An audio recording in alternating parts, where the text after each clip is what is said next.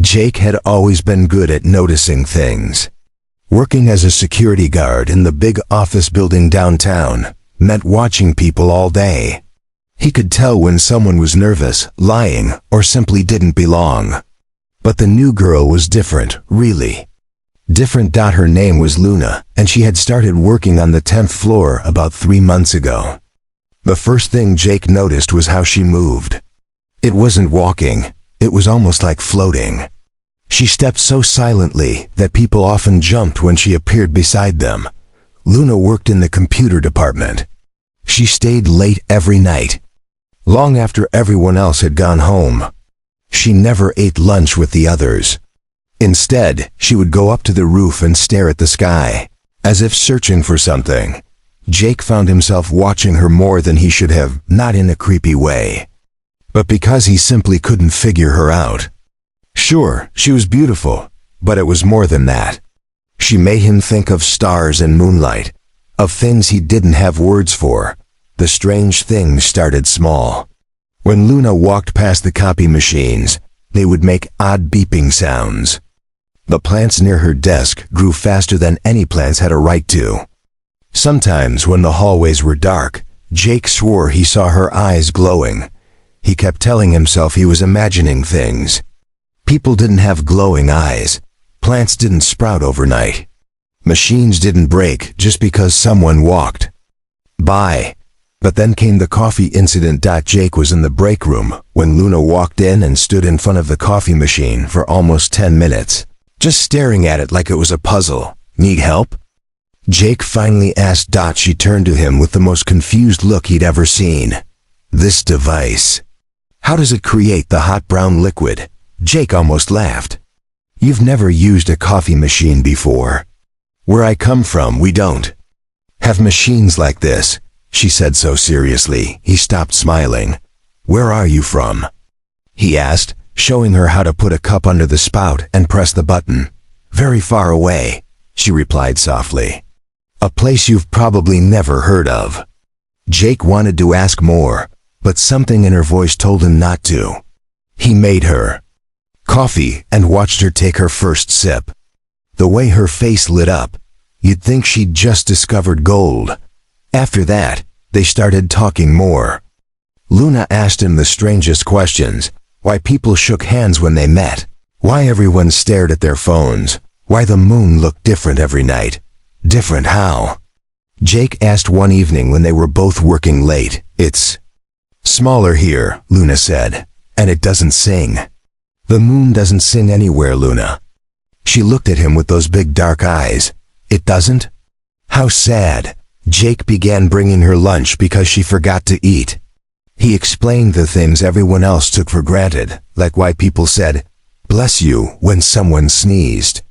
Why weekends were special. He started to look forward to their conversations. Luna noticed everything, how the security guard on the 3rd floor always looked sad, how the cleaning lady hummed the same song every night. But the really strange things kept happening. One evening, Jake was checking the security cameras when he saw something impossible. Luna was alone in the computer lab, and all the papers on the desks were floating around her, drifting gently, as if underwater. Jake ran to the 10th floor as fast as he could, but when he arrived, everything was normal. Luna was typing quietly. The papers exactly where they should be. Everything okay up here? He asked, trying to keep his voice steady. She looked up, and for just a second, her eyes flashed with that strange light. Everything's fine, Jake. Just working late. But her hands were shaking. 2 weeks later, it happened again. This time, Jake didn't run upstairs. He just watched the screen as Luna stood surrounded by floating objects.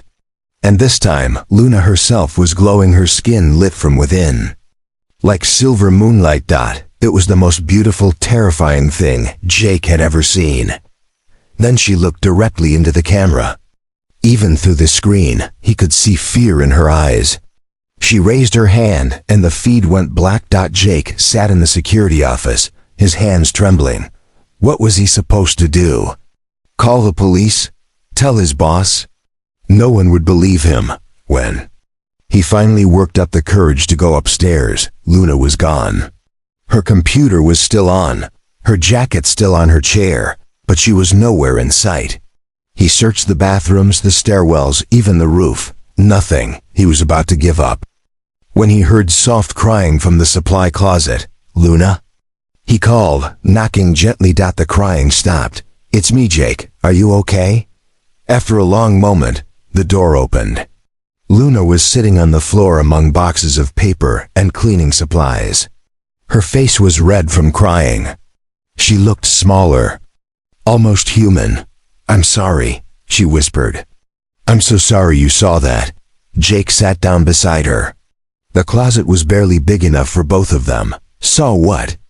He asked quietly. "You know what you saw, don't pretend." Jake thought for a moment. Then he said, "I saw someone who's scared and alone and trying to hide something that makes her different." Luna looked at him in surprise. "I don't know what you are, Luna. Maybe I don't need to. But I know you're not trying to hurt anyone. And I know you're my friend." She started crying again, but softer this time. "I can't tell you the truth, Jake. It's not safe for you or me." "Then don't tell me everything," he said. "Just tell me this, are you in some kind of trouble?" She nodded. "Okay." Jake said, "Then let me help." "You can't help with this kind of trouble." Jake stood and held out his hand to her. "Maybe not. But I can try. That's what friends do." Luna took his hand, and Jake felt that strange warmth he'd noticed before, like holding sunlight. "Thank you," she whispered. As they left the closet together, Jake didn't know that he'd just made a promise that would change his life. He didn't know Luna was running from people who could travel between stars. He didn't know she was more important. Then she looked. He only knew one thing. Luna needed help. And he was going to give it to her. 3 months passed after Jake found Luna crying in the supply closet. Their friendship grew stronger, but she still kept her biggest secrets locked away. Sometimes she'd start to say something important, then stop and look away. Jake learned to read her moods.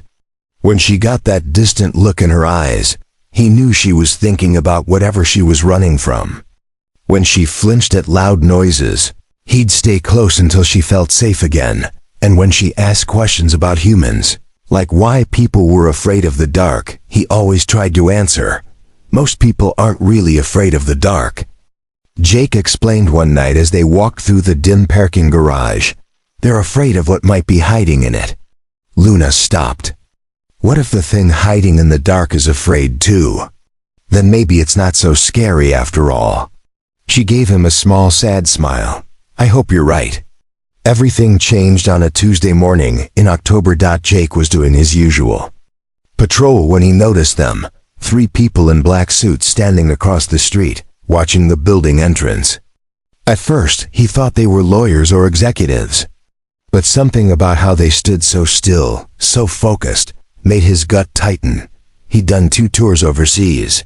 He knew what dangerous people looked like. These 3 qualified when his shift ended that evening. They were still there, just in different positions. The next morning, there were 5 of them.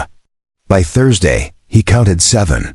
That afternoon, during their coffee break, he finally asked Luna, "I need you to be honest with me. Those people out there, are they looking for you?" Luna's hands began to shake so hard she had to set her cup down. "I was hoping they wouldn't find me here." "Who are they?" "People who want to take me back to a place I can't go back to." "Not yet." Jake felt something fierce rise in his chest. "What do they want?" "They want me to do something I'm not ready for. If I fail, it could hurt a lot of people. And if you don't go?" She was silent a long time. "Then other people will get hurt instead. People I care about. Like me." She nodded, tears in her eyes.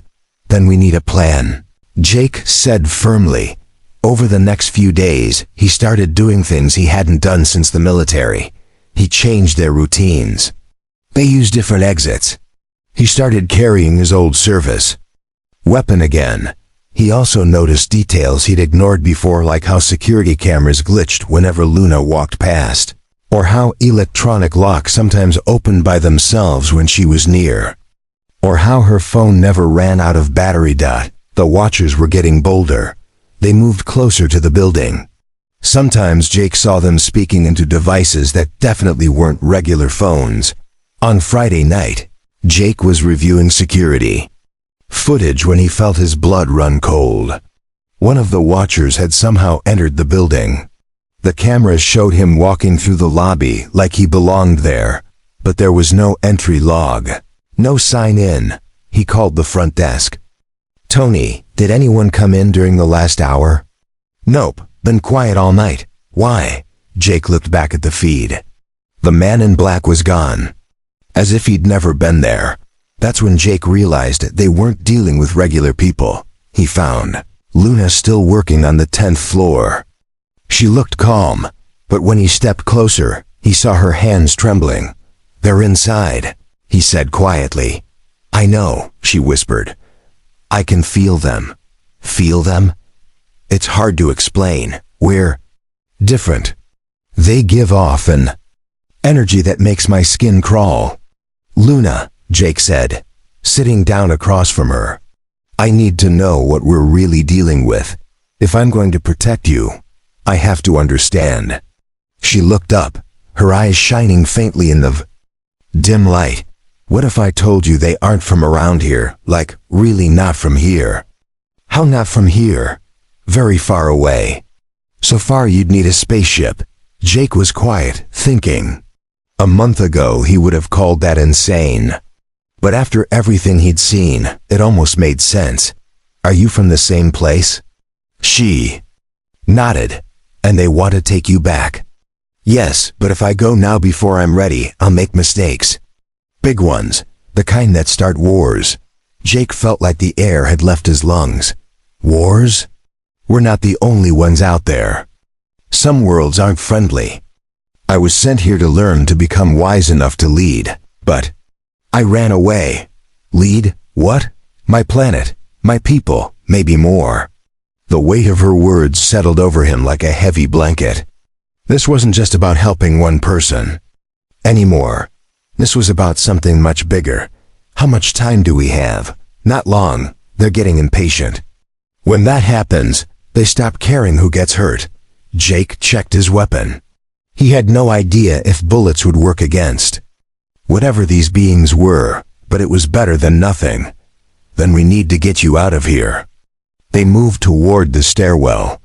The building felt different, like the walls themselves were watching.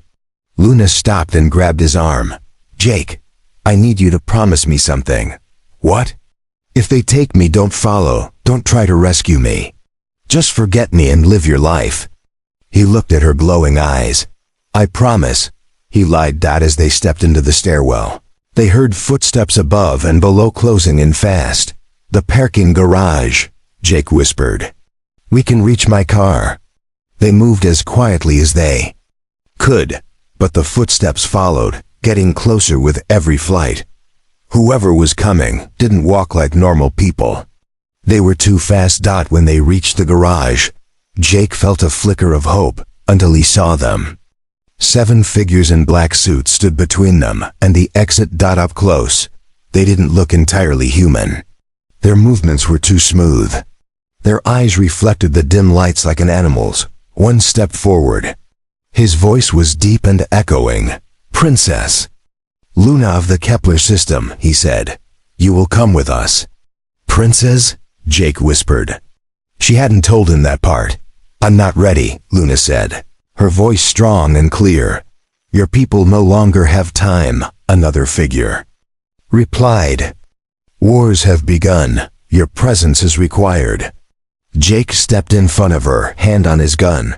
"She said she's not ready," he growled. "That means she's not going anywhere." The leader turned those strange eyes on him. "Human, you do not understand the forces at work. Step aside and you will not be harmed." "Yeah, well, I don't care about understanding. All I care about is her." The figures spread out, forming a circle. Jake could tell this was about to turn violent. "Jake, please," Luna whispered behind him.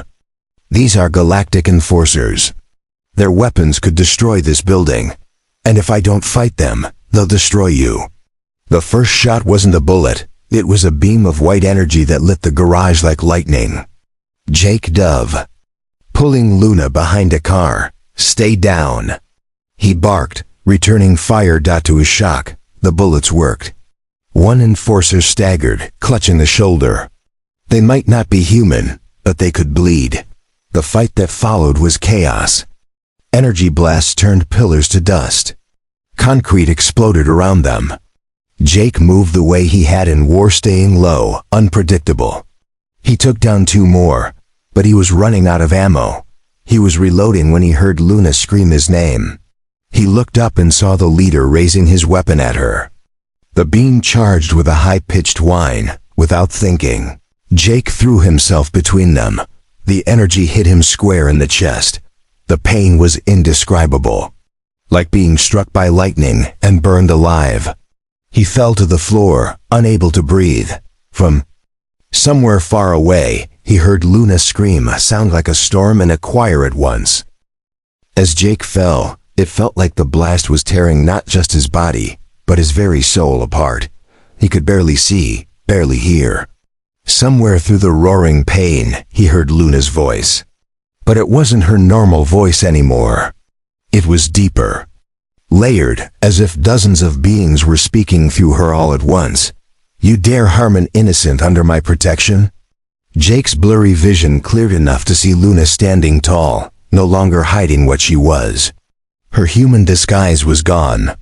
Her skin glowed silver, her hair floated around her like a halo, and her eyes were like 2 bright stars. The enforcers hesitated. Even they were afraid. Princess, the leader stammered. We were only following the council's orders.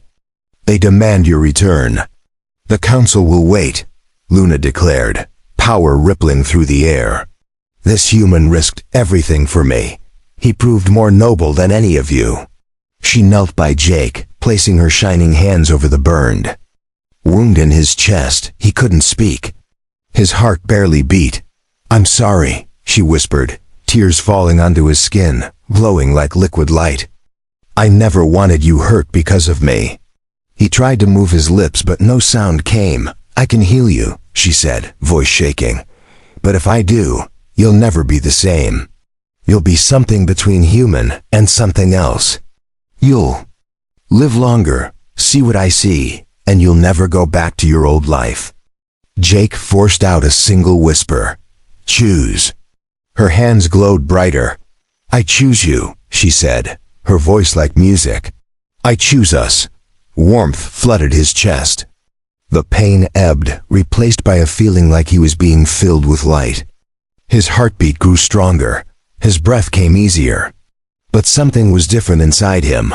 Like a part of Luna's energy was fusing with his own.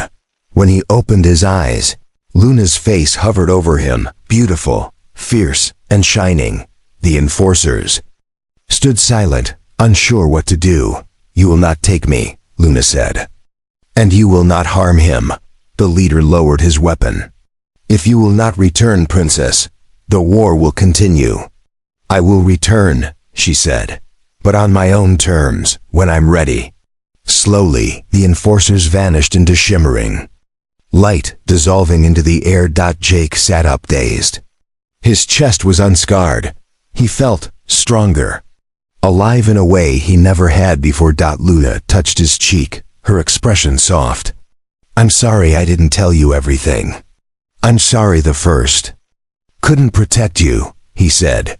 She smiled through her tears. You did. He looked around the wrecked garage, scorched walls, burning cars, cracked concrete, and realized their world would never be the same again. Where do we go now? He asked. Somewhere safe, Luna said. Somewhere I can explain everything. Hours later, Jake woke up in a place that didn't look real. The walls shimmered like crystal, and the floor glowed with soft blue light. Strange music pulsed through the air. You're awake, Luna said, sitting by his side. He looked around. Where are we? Between worlds, she replied gently. This is a healing chamber on one of our ships. Jake flexed his hands. Small flickers of silver light danced across his skin. What did you do to me? I saved you, she said. But to do that, I had to change you. You're still human, but more. You'll live longer, heal faster. You can sense energy like... I do. He sat up, testing his body. It felt powerful, but different, like he was more alive than he'd ever been. I can never go back, can I? No, Luna said quietly. I'm sorry. He looked into her star-filled eyes and realized he wasn't afraid. My old life was empty, he said. Maybe this is better, Luna smiled. I was so afraid you'd hate me. I could never hate you. She reached for his hand. The warmth of her touch was comforting. There's more you should know, she said. Over the next hours, she told him everything about Kepler 442b, the planet where she was born. About the floating cities, the Council of Elders, and the war. Tearing star systems apart because she had run away. I was supposed to learn to lead, she whispered, her voice heavy with regret. But I was afraid. I hid on Earth because it was easier. What changed your mind? Jake asked. You did, Luna said, her eyes glistening. You showed me that real courage isn't about being perfect. It's about doing the right thing even when you're terrified. Jake took her hand and squeezed it. Then let's do the right thing together. 6 months later, Jake stood on the observation deck of a ship bigger than any building on Earth. Through the massive windows, Luna's world came into view, a blue planet ringed with purple clouds and cities that glowed like constellations. He'd never seen anything so beautiful. You're quiet, Luna said, standing beside him in her silver robes. I'm just wondering if your people will think I'm good enough, he admitted. She laughed, a sound like bells. You helped end the war, survived being shot by a galactic enforcer, and learned 3 alien languages. You're more than good enough. I still can't pronounce those clicking sounds, he grumbled. They'll forgive you, Luna teased. When they landed, Luna's parents waited in a hall carved of what looked like frozen starlight. Her father studied Jake with solemn eyes. So, this is the human who saved our daughter. Jake bowed the way Luna taught him. It's an honor, Your Majesty. Rise, her mother said warmly. Any being who would sacrifice himself for our child is family to us. The coronation was more than Jake had ever imagined. Thousands of people gathered under a sky filled with floating lights.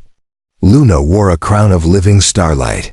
She looked every inch a queen. When she turned to him, her voice carried across the hall. I have learned that true leadership isn't ruling alone. It is choosing to stand with those who make you better. Guardian Jake of Earth taught me that love and courage can bridge any distance. The crowd erupted in music that felt like it was part of the air itself. Later in the palace gardens, Luna asked, Do you miss your old life? Sometimes, he said honestly. But here, everything matters. She nodded. The council approved Earth for galactic membership today. Jake stared at her. You're kidding. In 50 years, your people can join us. And they want you as Earth's first ambassador. He sank onto a bench, overwhelmed. You think you can handle it? Luna asked softly. He looked into her shining eyes and smiled.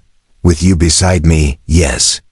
As they sat together under alien stars, Jake realized that everything, every risk, every pain, every impossible moment had brought him here, and he wouldn't trade it for anything.